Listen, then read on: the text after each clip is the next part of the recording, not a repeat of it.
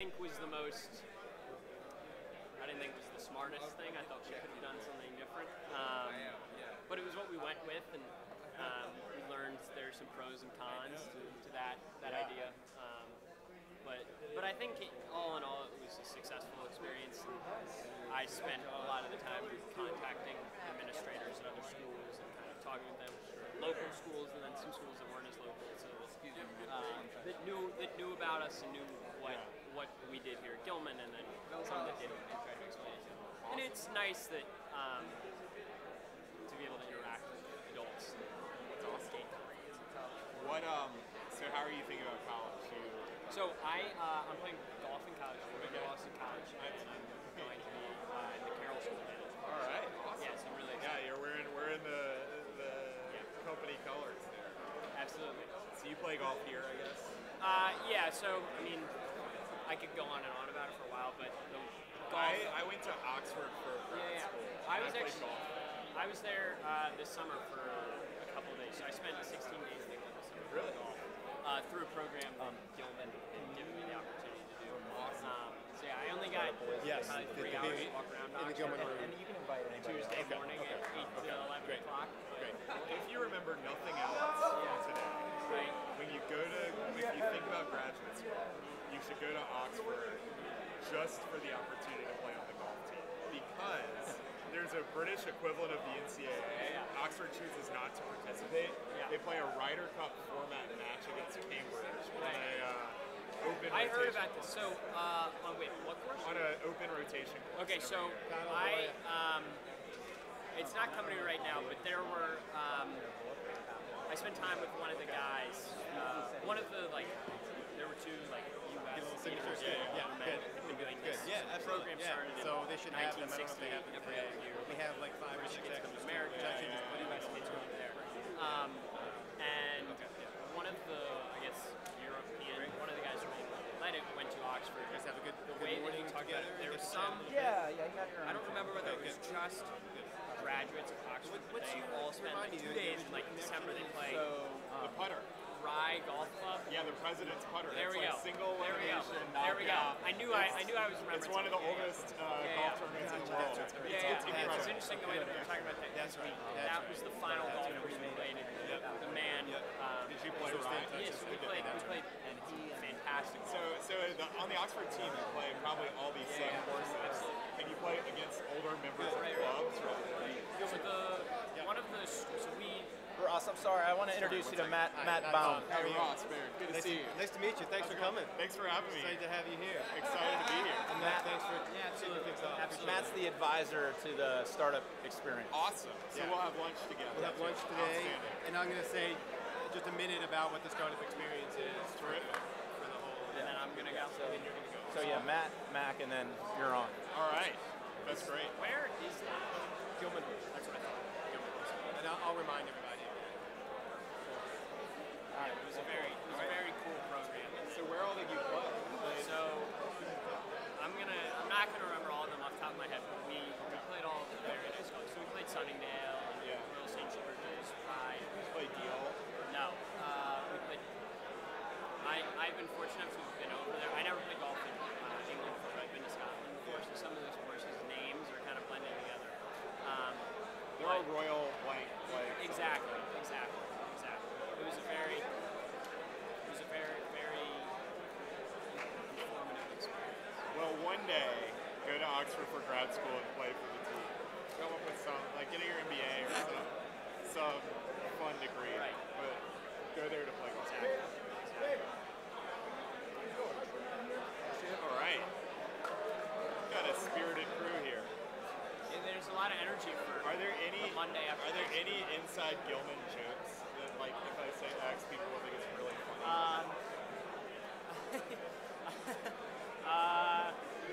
I don't think there's anything that everyone would laugh at. Okay. Like, I don't know. I wouldn't. if you were to get in trouble at Gilman, like, is it a detention? What happens if you get in trouble? All right, settle in. I don't think I would get in that much trouble. I just don't think it depends. So. But making jokes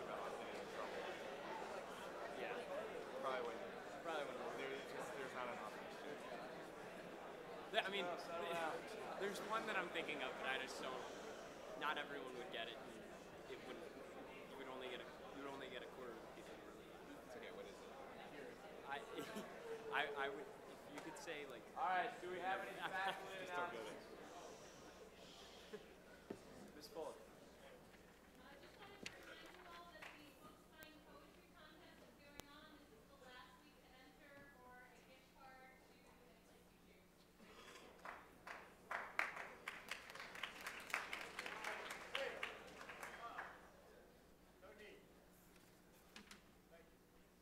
Mr. Matthews.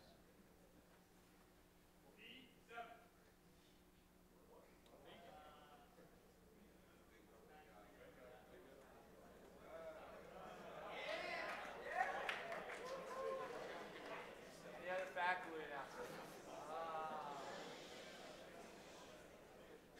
Mr. Lauer. Honors physics guys, just remember that labs begin today, so day 7, if you cannot attend lab, make sure you make your Yes, gentlemen, I'll spare Mr. Smith and Mr. Hubeck this one. There's a lot of untucked shirts. A lot of untucked shirts. Get them tucked in, please. Thank you. All right, student announcements. Michael.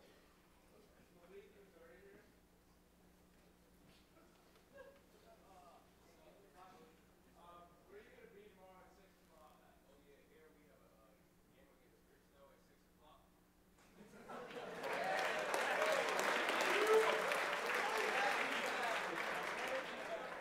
I guess that makes it 2 announcements. Winter GTV, I sent out an email when we have a meeting at CTO5 during 5th period, and then we'll have that game tomorrow, and I'll very happy to.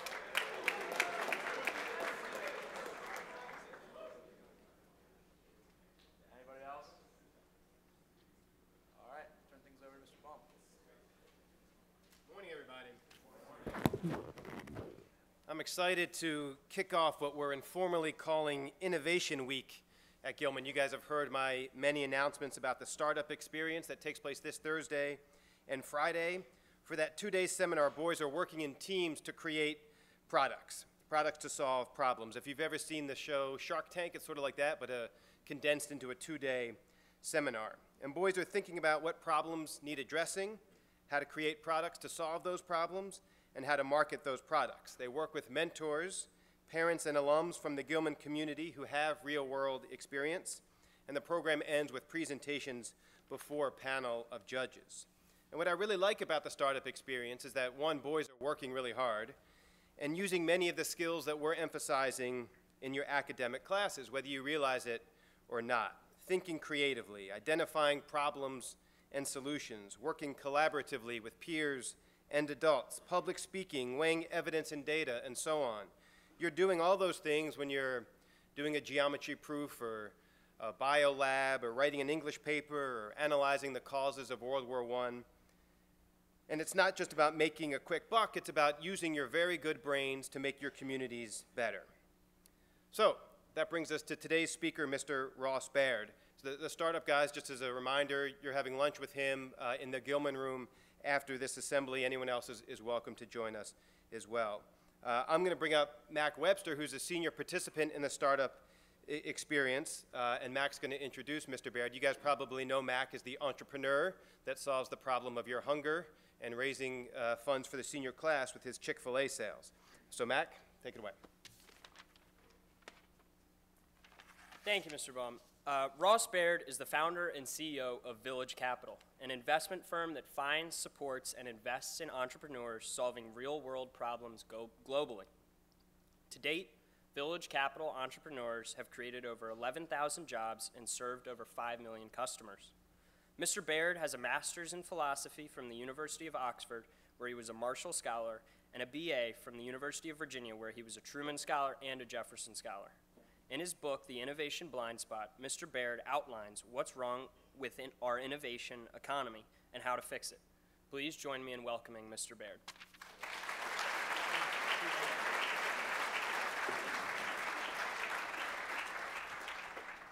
All right. Thanks, Mac. I didn't know Chick-fil-A was part of the deal. I missed the memo. That would have been great to know in advance, but we're going to roll with it anyway. It is really great to be here to see all y'all. I went to UVA, where a lot of Gilman people go. So I know people went to Gilman, but I've never been here. Mr. Griffith was actually my teacher 15-ish years ago at Westminster in Atlanta, which it's great to be back. And I guess you have to listen to me now, so shoes on the other foot. You too can speak in an assembly and make your teacher listen to you if you do well in life. Yeah, something like that.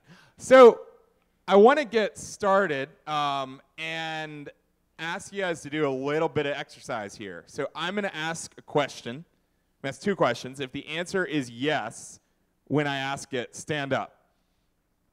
So how many of you, stand up if the answer is yes, want to be successful in your career? I'm sure there are some like too cool for school people being like, I'm not going to be successful. I'm not going to. Okay, good. I see a lot of people standing up. All right. Second question. How many of you want to make the world a better place in some way?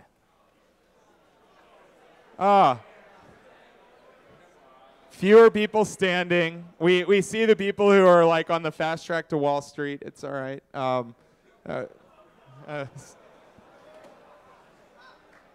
Just kidding, but not really. And that's what I'm going to talk about. So you stood for both, pretty much everybody. And when I was in high school, I was very much in the camp that you're in. I graduated from a school called Exeter, New Hampshire, which is a very good school, much like Gilman, has a student body very much like Gilman.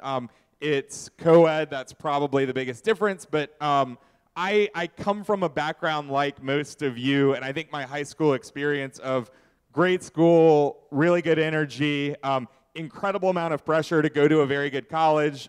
First question you get asked, particularly if you're a junior or senior, is where you're going to go to college, and you're like, can you stop asking me that question? Very, very similar experience. And I think when I was in high school, the school I graduated from had a motto that says, for knowledge without goodness is weak and feeble, but goodness or it's the other way around. I needed Chick-fil-A, Matt, come on. For goodness without knowledge is weak and feeble, but knowledge without goodness is dangerous. And most people want both. And the aspiration, what it means to be a good leader, what it means to be a good citizen, what it means to be successful in however you define it, is ideally to have both. You want to have knowledge. You want to be successful in your career. You stood up for the first question. You want to be a good person. You want to make your community, you want to make the world a better place. That's why you stood up for the second question. But I think when I was in high school, I thought you kind of could only at the start pick one or the other. You could go to college and you could go on the knowledge track. You could get a job at Wall Street, you could work for a famous company, you could work for a consulting firm, make a bunch of money, and then when you hit a certain point in your career, you stop and you become very philanthropic and you give lots of money to Gilman for all the wonderful things they did for you. I'm sure that is something that Gilman would love for you to do. Or you set up a charity or you work for a nonprofit, but you spend the first part of your career doing knowledge stuff, and then you spend the second part of your career doing goodness stuff. Or the other thing you can do is you can go the goodness track. You can go and be a teacher. You can work for a nonprofit, or you can get involved in the government, and you spend your life doing goodness stuff, but you're always considered kind of less good than the people who have been more successful by the way our career defines it. And I think that's a really pervasive narrative where we put goodness in one pocket, knowledge in the other, but I think it's wrong. And I want to tell you why it's wrong, and I want to tell you a couple of stories about how to do it differently, what I was thinking about when I was in your shoes in high school, and then we want to take some questions and talk a little bit about where you guys are going. Does that sound good? Following? Okay. So I want to go back to when I was a junior in high school. I showed up, I went to boarding school, and the very first person I met was a guy named Mark Zuckerberg. Do you guys have like proctors or like senior leadership? Like when you're a new student, do you have a buddy? Do you have anything like that? So I was a new student, and Mark Zuckerberg was basically my buddy. He set up my computer. He showed me the ways of the world. He was thinking very differently about what he could do with his life. So we had a paper Facebook where you had the picture, and it's something the student council did. You had pictures and the anyone know what AOL Instant Messenger is? You had a picture and the AOL Instant Messenger name and the cell phone number if you had it, but only about 5% of students had a cell phone number. But it basically taught you how you could connect with your classmates. So he decided that he would do a student council project, this is when he was a high school senior, where he would take the Facebook, it was called the Facebook, and take it online so that students could connect with each other online. I think he started a company later on that did something kind of like that and was reasonably successful. But the thing I remember about Mark Zuckerberg as a high school senior was he was not really concerned with how am I going to make as much money as possible with this. He was not really concerned. He spent all of his time, I mean, we were in the same dorm. He spent all of his time in his room coding, working on, he made this Facebook. He did something where he took, do you know what Napster is? Napster, when I was in high school, is how we ripped off illegal music. And he created this thing. You guys use Pandora or Spotify? He created this thing that searched through your Napster account and read the signature of your music. And it would tell you which songs to download. I mean, amazing stuff. And he did this because he was passionate about it. And the people at Microsoft found out that he was doing this, and they actually came to our high school campus, and they said, we want to buy this little software. He called it the Brain, the Napster-like thing. And they said, we want to buy it for $4 million to a high school senior. With the condition that when you go to college, and Mark had already gotten into Harvard, when you go to college, you come and work for us for the first 4 years after you graduate. It was a recruiting tool. They knew this kid was really talented. And he said something like, he turned him down. And he said something like, I'm going to be worth a lot more than $4 million in 10 years. And everybody thought that he was the biggest jerk in our high school. But the thing, and I would say, anyone who's ever met Mark Zuckerberg knows that, social relations with other people tends to not be a strength of people who are very good computer programmers, but that's okay.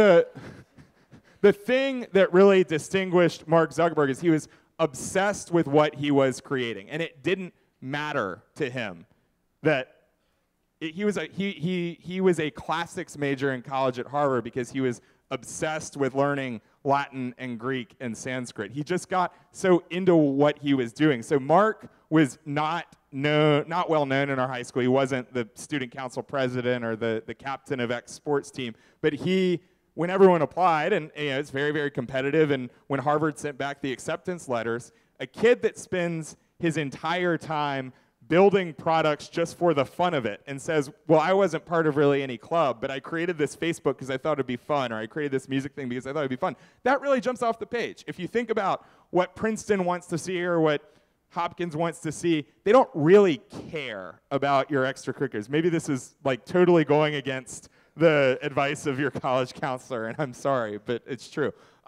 They don't really care about your extracurriculars. They care about your GPA and your SAT scores, but not that much. They want to know, what are you passionate about? What kind of person are you? And do you want to just go on the linear track of, XYZ, Ivy School, Wall Street, work for 50 years, then give a bunch of money and retire? Or do you want to do something very different and interesting? And you don't, I tell the Mark Zuckerberg story because if you had told me that the guy who created the most valuable startup of the 20th century or the 21st century was the person who sat right next to me in this assembly hall, I would have told you when I was 17 or 18-year-old that you were insane. But you have the ability to create something great. And it doesn't have to be Facebook, and it doesn't have to be a nonprofit everyone's heard of. But the way you get that is by not following a linear path. I'll tell you a little bit about what I do, because my path was very circuitous. So I founded and run a firm that invests in startup companies. We invest in entrepreneurs who have new ideas. We don't really do technology companies like Facebook. We don't really do the next hot app. We do things a bit differently. One of our companies, and this is an example of the kind of company we invest in. Are any of y'all fishermen? You enjoy fishing? Raise your hand. You know what Asian carp is? It's a huge nuisance, big environmental threat. They're ugly fish. They completely destroy the watershed they're in. There is any of y'all have family in Kentucky? Where is your family in Kentucky? Near Cincinnati. So go south about 100 miles, and you hit Paducah, Kentucky, in southwest Kentucky, right in the middle of the Mississippi River watershed. There's a company called Fin Gourmet that my firm, Village Capital, we go and we find entrepreneurs and we invest in them. Fin Gourmet puts money into this ecosystem of fishermen. They give you a fisherman in southwest Kentucky. This is like 30% unemployment. This is one of the hardest hit counties in the country. They give you a fishing pole. You go out, you catch Asian carp, you bring it back, and they're everywhere. It's a huge nuisance. They fillet it. They rebrand it Kentucky Blue Snapper. You guys ever had Chilean sea bass? It's actually a muckraking bottom feeder. It's not a bass at all. So Fin Gourmet taps into this. They rebrand these Asian carp Kentucky Blue Snapper, and they sell them. And now you can get Kentucky Blue Snapper at fancy restaurants in New York and San Francisco. It's really, really amazing. So they're employing 50 people at a living wage. They're the largest employer in their county. These people are going fishing for a living. It's a great company. It's also a very profitable company. They're doing several $1 million a year in revenue. They're growing 20, 30% each year.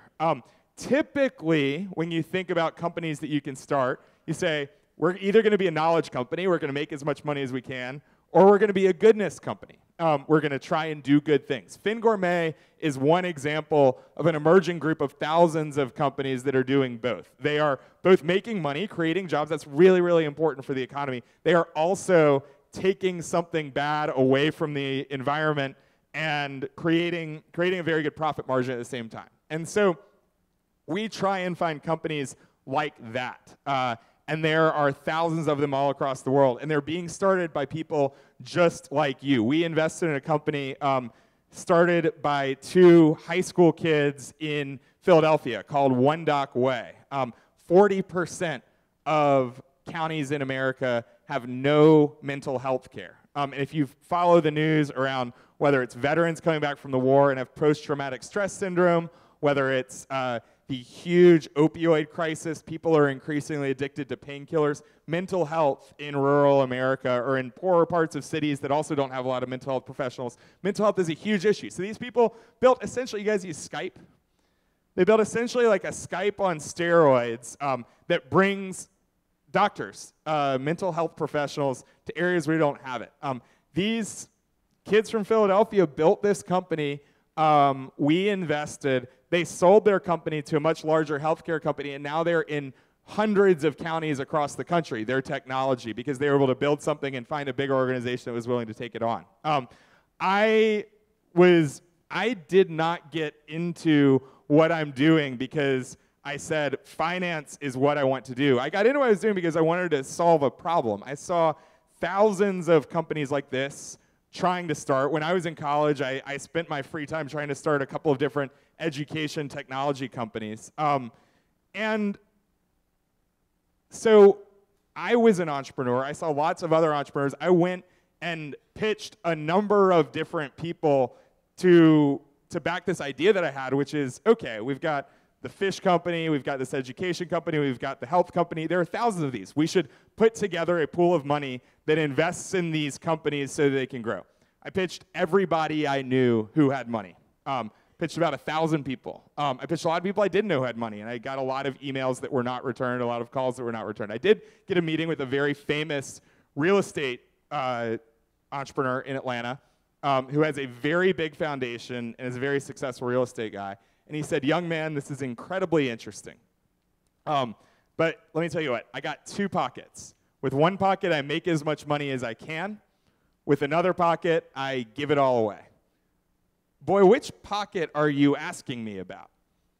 And I said, respectfully, sir, I see a bit differently. I'm trying to merge these 2 pockets into one. I think that if you want to have a successful career, but you wait till later to do your good things, you're going to spend 25 years of your life burning out and not enjoying it. And when you're 50, you're going to be like, where did all the time go? And at the same time, if you try and build and do good things that are wonderful but don't have any kind of business model behind them or sustainability behind them, you're just going to spend your whole life feeling like you're not achieving as much as you can or worried about money. And I think it's much harder to merge the two, but it's really the only option we have if we're going to be successful as a society. I actually was probably much less eloquent than that. I've had a lot of time to think about that conversation, but I was probably like, I don't know, whatever will give you money. But he said he ended up not investing in me because he said this 2-pocket idea was too complicated for him to get his head around. But that conversation has stuck with me because the people who I see doing the most transformative things, the people I see getting into Princeton and Harvard and Hopkins, the people who I see actually, I'm in my early 30s now, 15 years out, the happiest about where their lives are, even if it's more complicated, are trying to merge these 2 pockets into one. So I would encourage you to think about what you're passionate about and think about how that can become your all-consuming career and not just your side project while you're checking the boxes to get into college. It's really, really a very different way of thinking about it. The people I know who 15 years from where you are now are the happiest have followed that. So I think we have a little bit of time for questions, but I will just stop there. Thanks for having me. It's been great to be here.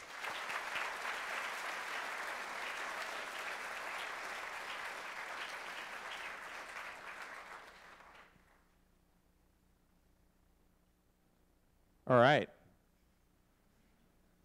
Yes. How many companies do you have in your portfolio currently, and what's your average investment size? So we have a fund that's about $20 million, and we have 70 companies we've invested in all over the world. We run programs. I'm actually going to Hopkins this afternoon. We're working with Hopkins and Under Armour on a incubator program for entrepreneurs that are developing wearable technologies that lead to healthier lifestyles. So imagine your next Under Armour shirt. You guys have a Fitbit? Any of you have like a Fitbit or anything? Imagine if your next Under Armour shirt were a Fitbit and it could tell you the kind of sleep you're getting and the kind. So people are developing that kind of stuff to help people live healthier lifestyles. We do those incubation programs, and we have a fund that has about 70 investments. And every single one of them has an amazing story behind it, like Fin Gourmet. Yes.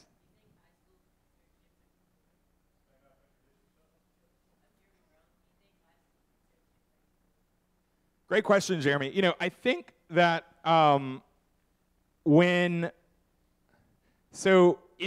in between high school and college, I interned for a startup company. There were like 3 people there, and I was number 4. I was actually 2 years later working on my own startup when my friend Mark said, "Hey, I'm turning Facebook into a company. Do you want to come intern?" And I think that was a bad decision to not do that financially. But so if it's some internships are more lucrative than others potentially. But I think that when your parents say, "Where are you going to work?" You're like, "Oh, I'm working at big company you've heard of." Your parents say, "Oh, that's great. I've heard of that company and I know it's a company." That is actually not the best experience you can get, in my opinion. And I'm just one guy. I working for a 3-4 person startup company when you have nothing but time and experience means that you get to do things that you wouldn't otherwise get to do. So when I was 18 years old, I very quickly, because there was no one doing sales, quote unquote, got promoted to head of sales for this startup. And I went around and I had a card that said head of sales, and I pretend like I wasn't 18. But you don't get that kind of experience interning for a larger institution. So what I would say is figure out an issue you're passionate about, whether it's education or whether it's health or whether it's sports, and try and find a small company, a 3, 4, 5 person company, and learn from the people around you. That is, it takes a little more work to try and figure out who those people are or what they're doing, but it actually is a much better payoff at this stage in your career for experience. Great question, Jeremy. Thank you.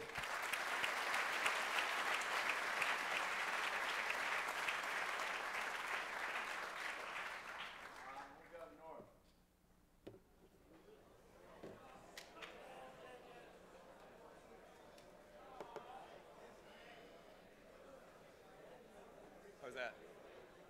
You did a good job. Thanks. I thought they were engaged.